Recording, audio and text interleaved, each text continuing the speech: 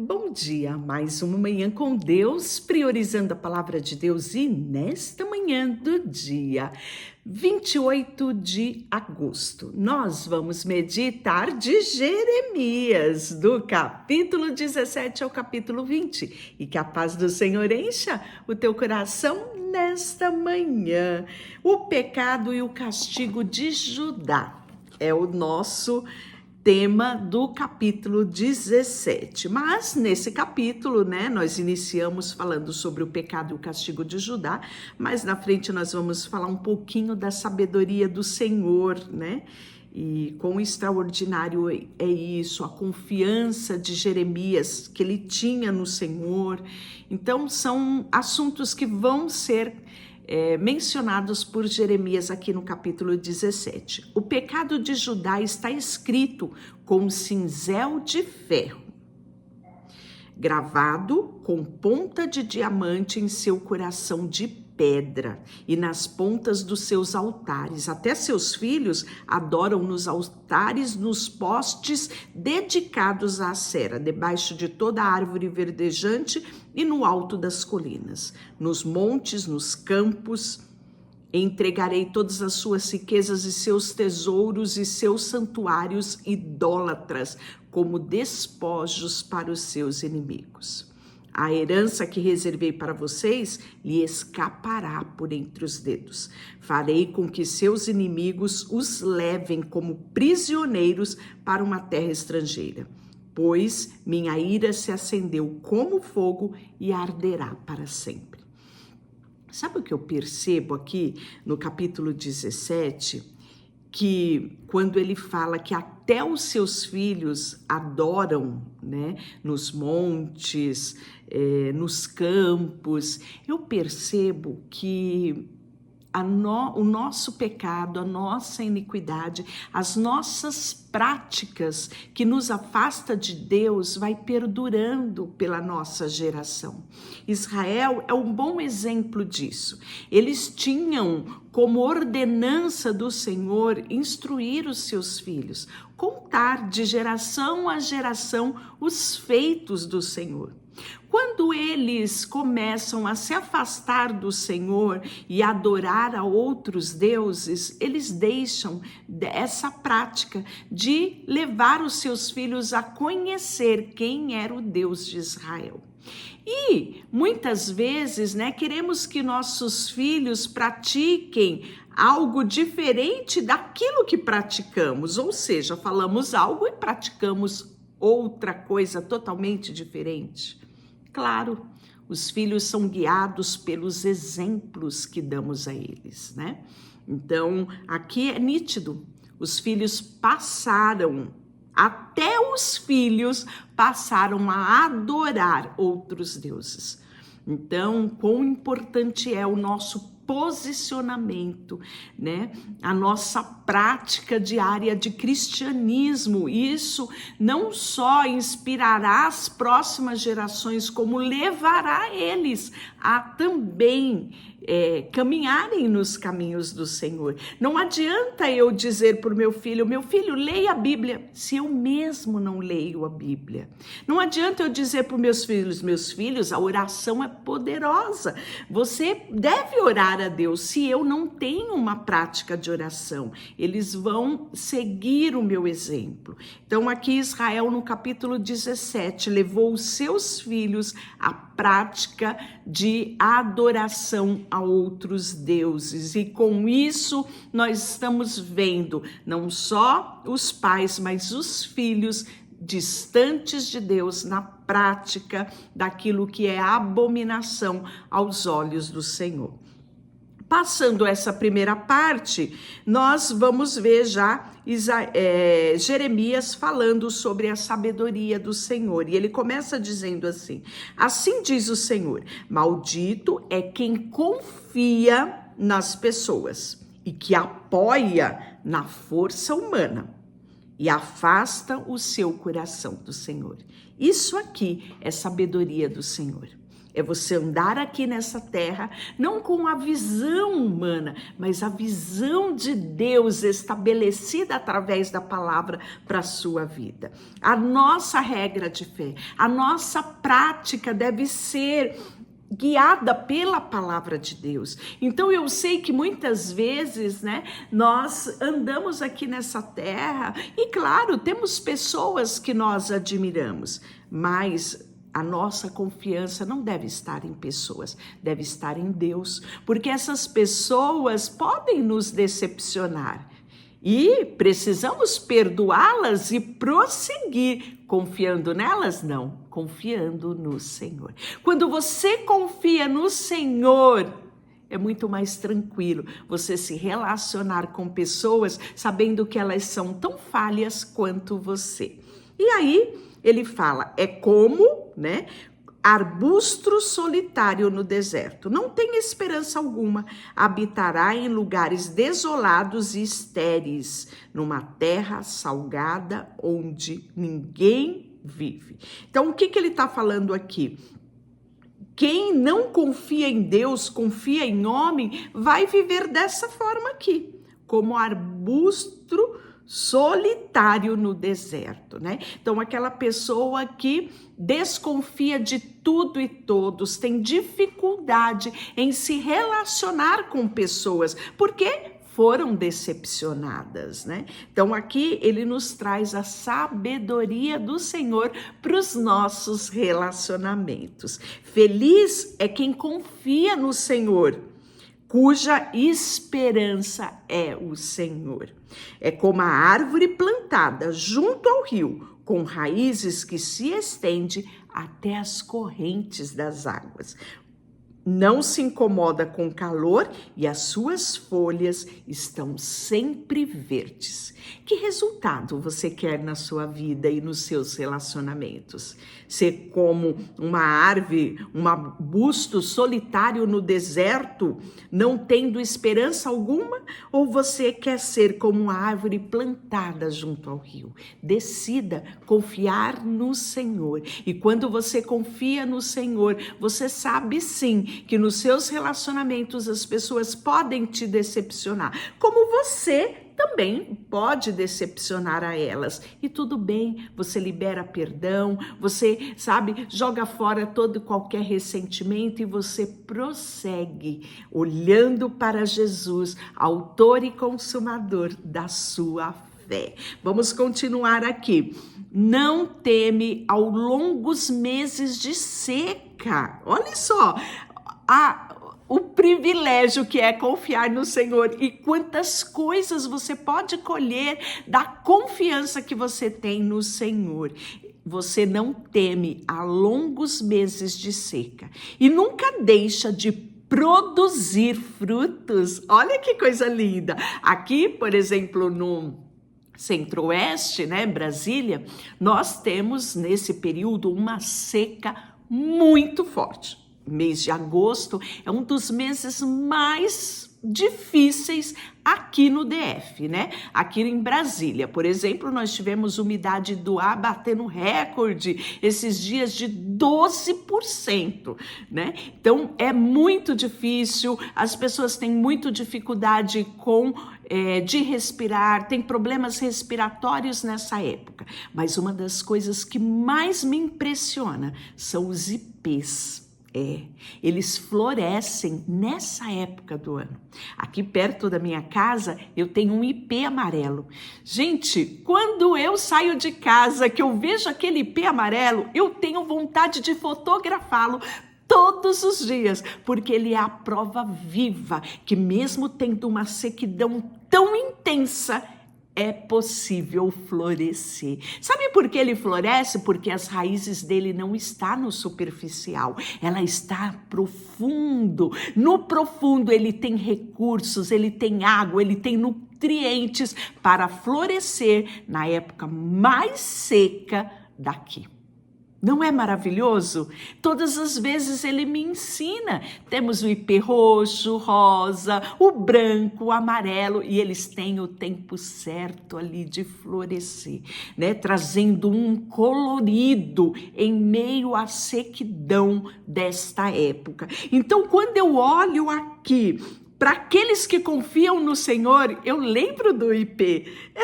Eu lembro deles e eu olho para isso e eu digo, é possível sim, mesmo em tempos e meses de seca, ou seja, de adversidade, tempos difíceis, é possível sim produzir frutos quando a sua confiança está no Senhor.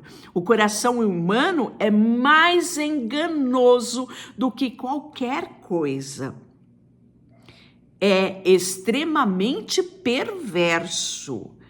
Quem sabe de fato o quanto é mal? Eu, o Senhor, examino o coração e provo os pensamentos. Dou a cada pessoa a devida recompensa, de acordo com as suas ações. Que extraordinário é confiar no Senhor. E continuando, né? Temos aqui, consequentemente, a declaração de Jeremias, de que ele confiava no Senhor. E olha que tempo difícil Jeremias passava, não é? Como a perdiz que choca ovos de outro pássaro, assim são os que obtêm riquezas por meio injusto.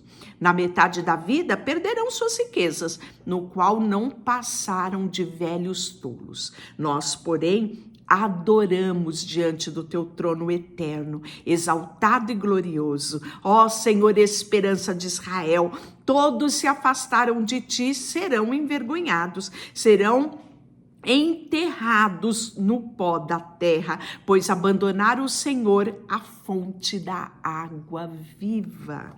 No Senhor, ó Senhor, se me curares, serei verdadeiramente curado. E se me salvares, serei verdadeiramente salvo. Louvo a ti, somente a ti.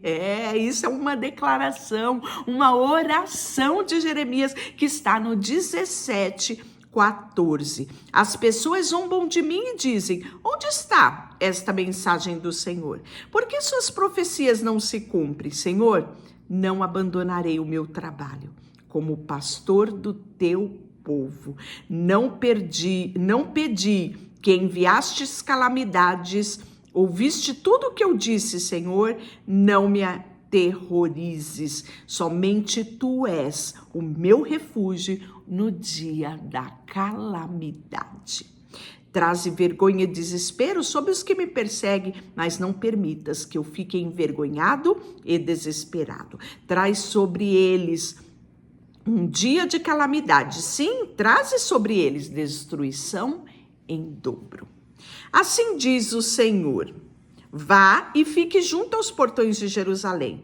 Primeiro junto ao portão por onde o rei entra e sai. Depois junto a cada um dos outros portões. E diga ao povo: ouça esta mensagem do Senhor, reis de Judá, todo o povo de Judá, todos que habitam em Jerusalém. Vocês todos não passam por estes portões. Assim diz o Senhor: ouçam a minha advertência, parem de negociar junto aos portões de Jerusalém no meu dia, no dia do sábado.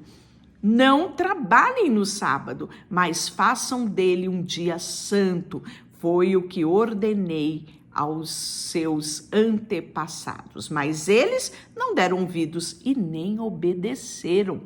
Recusaram-se teimosamente a prestar atenção e não aceitaram a minha disciplina. Se, contudo, vocês me obedecem, diz o Senhor, não negociarem junto aos portões da cidade, nem trabalharem no sábado e se guardarem este dia santo, então o rei e seus oficiais entrarão e sairão por esses portões para sempre.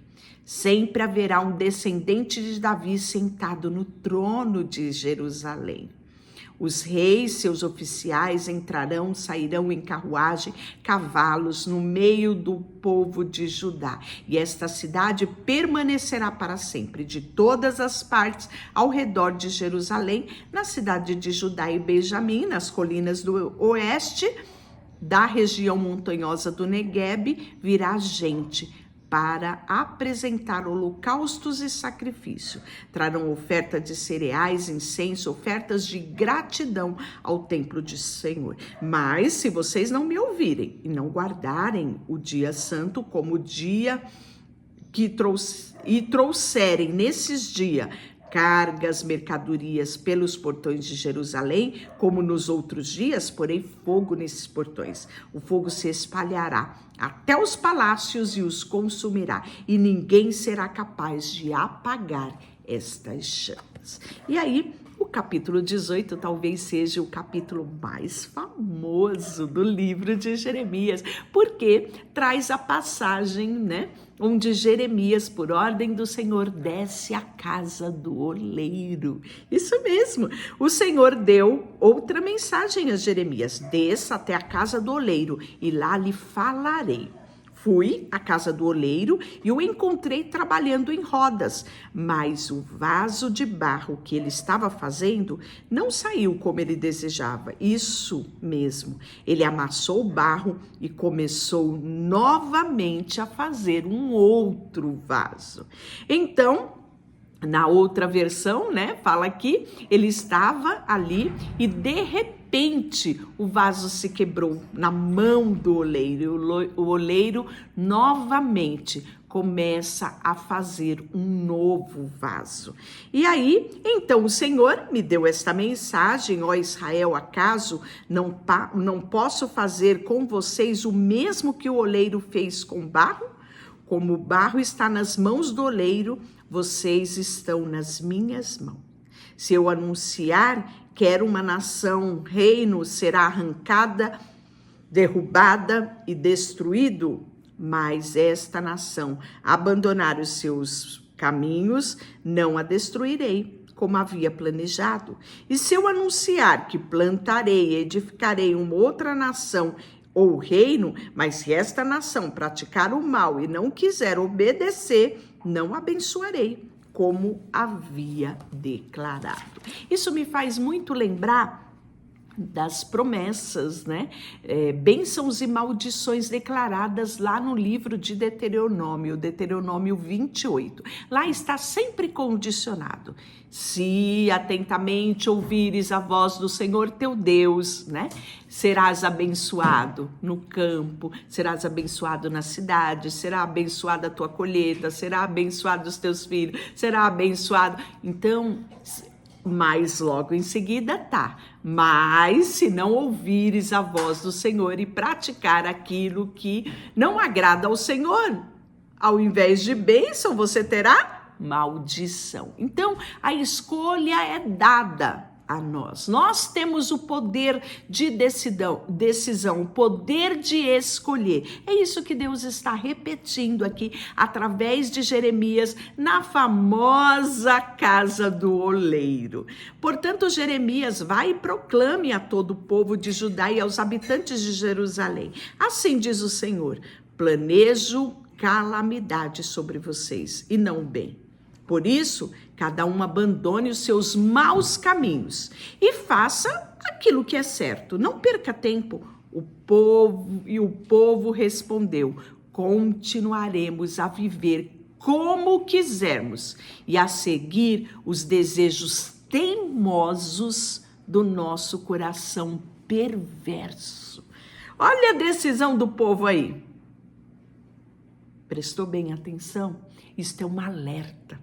É um alerta para mim e para você, para nossa geração. E aí, portanto, assim do Senhor: quem ouviu coisa igual a essa? Mesmo entre outras nações, Israel, minha filha virgem, fez algo terrível. Pode a neve desaparecer do alto dos montes do Líbano? Pode secar-se os riachos que correm deste monte distante? Meu povo, contudo, me abandonou e queima incenso a ídolos inúteis. Tropeçaram e saíram por caminhos antigos e andam por trilhas lamacentas. Portanto, sua terra ficará desolada, será um monumento à sua tolice. Todos que passarem por lá ficarão pasmos, balançarão a cabeça de espanto. Espalharei o meu povo diante dos seus inimigos, como o vento leste espalha o pó. Darei as costas para ele e não os ajudarei na sua calamidade, né? E aí nós vamos ver que haverá diante de tudo, toda essa revelação, toda essa profecia que Jeremias traz ao povo, mais uma vez vai ter conspiração contra Jeremias, vão querer matá-lo, né? Venha, vamos planejar um jeito de nos livrar de Jeremias. Temos vários sacerdotes e também homens sábios e profetas. Não precisamos que ele ensine a lei e não precisamos dos seus conselhos e profecias. Vamos espalhar boatos ao seu respeito e ignorar o que ele diz. E aí Jeremias ora: Senhor, olha para mim, ouve o que dizem ao meu respeito. Acaso pagam o bem com o mal? Cavaram um buraco para me matar, e mesmo eu tendo intercedido por eles, tentando protegê-los da tua ira, portanto, que os filhos deles morram de fome, que morram pela espada, que as suas esposas se tornem viúvas e fiquem sem filhos, que os mais velhos sejam mortos por sua praga e os jovens na batalha, né? Então aqui nós vamos ver o desespero, né, de Jeremias, levando ele a pedir a Deus uma justiça segundo os seus sentimentos. Porque Jeremias, como eu e você, é de carne e osso. E tem hora que a gente faz umas orações, né? Que misericórdia. Mas glória a Deus, que Deus entende, Deus ouve, né? E aí nós vamos ver que Jeremias, ele está ali sofrendo toda essa intensidade da ira de Deus no meio de um povo que decidiu permanecer nas suas atitudes perversas, né? E aí ele fala, né? Deus não os perdoe pelos seus crimes, nem apague os seus pecados, que eles morram diante de ti. Trata-os de acordo com a tua ira. Então aqui nós estamos vendo, né, Jeremias já concordando com Deus, dizendo: Deus, não tem jeito não, acaba logo com esse povo, né? É a oração final do capítulo 18. 19, o vaso vai ser despedaçado, né? Então, mediante a profecia do 18, nós vamos ver 19, assim diz o Senhor: vá, compre um vaso de barro, depois peça a alguns líderes do povo e dos sacerdotes que o acompanhem. Vá ao depósito de lixo no vale de Ben-Inom, que fica no portão dos cacos, e proclame esta mensagem. Ouça esta mensagem do Senhor, reis de Judá e habitantes de Jerusalém. Assim diz o Senhor dos Exércitos, Deus de Israel: trarei calamidade sobre este lugar, calamidade tão terrível que fará tinir os ouvidos de quem ouve a respeito. Pois o povo me abandonou e transformou este vale num lugar de perversidade. Transformarei Jerusalém em um monte de escombro e será um monumento à sua tolice. Então Deus está falando isso aqui, né? Primeira vez lá na casa do oleiro, no 18, e agora é repetido aqui por Jeremias no capítulo 19. Então, Jeremias, você quebrará o vaso à vista desses homens. Eles dirão: assim diz o Senhor dos Exércitos, como este vaso está despedaçado, assim despedaçarei o povo de Judá e o povo de Jerusalém, e não haverá quem possa restaurá-lo. Olha só, né? Que triste para o profeta Jeremias. E o povo continua andando da mesma forma. Eu acho que isso é o mais triste para o profeta. E Jeremias, né, Passur, o capítulo 20, filho de Imer, sacerdote encarregado do templo, ouviu que Jeremias profetizava e mandou prender o profeta Jeremias e ordenou que o açoitasse e o pusesse no tronco junto à porta de Benjamim, no templo do Senhor. No dia seguinte, Passur o soltou e Jeremias disse: Passur, o Senhor mudou o seu nome. De agora em diante você será chamado Homem que Vive em Terror. Pois assim diz o Senhor: enviarei terror sobre você e sobre todos os seus amigos, e você verá quando forem mortos pela espada do inimigo. Entregarei o povo de Judá ao rei da Babilônia. Ele o levará preso para a Babilônia e o atravessará com a espada. Entregarei Jerusalém nas mãos dos seus inimigos e eles saquearão todos os tesouros da cidade, as pedras preciosas, o ouro, a prata dos seus reis, e levarão para a Babilônia. Você, Passur, e todos em sua casa serão levados para o exílio na Babilônia, e ali morrerão e serão sepultados. Você e todos os seus amigos, a quem você profetizou mentira, né? E Jeremias vai se queixar ao Senhor. Ó Senhor, tu me constrangestes e me deixei constranger. És mais forte do que eu e prevaleceste. Agora sou motivo de zombaria todos os dias. Todos riem de mim, pois sempre que abro a boca é para gritar violência e destruição. Esta mensagem do Senhor me transformaram em alvo de constante piada, né? Então Jeremias vai colocar todas essas queixas diante de Deus e nós podemos ver, né, que ele simplesmente permanece naquilo que ele foi chamado, mesmo sendo chacota, mesmo apanhando, mesmo sendo preso, você não vai ver Jeremias mudar a sua conduta, né? E por fim, no capítulo 20, ele diz: por que eu nasci? Toda a minha vida é apenas sofrimento, tristeza e vergonha. Deixa eu orar por você, Senhor, nesta manhã. Colocamos a nossa vida diante de Ti e queremos, em detrimento a qualquer situação que vivemos ou viemos ou viveremos no futuro, queremos em todo o tempo confiar no Senhor. Tomamos a vida do profeta Jeremias como exemplo hoje de que vale a pena permanecer em Ti, confiar no Senhor e colocar os nossos olhos em Ti. Colocamos diante de Ti tudo o que temos e somos, em nome de Jesus. Amém. Deus te abençoe.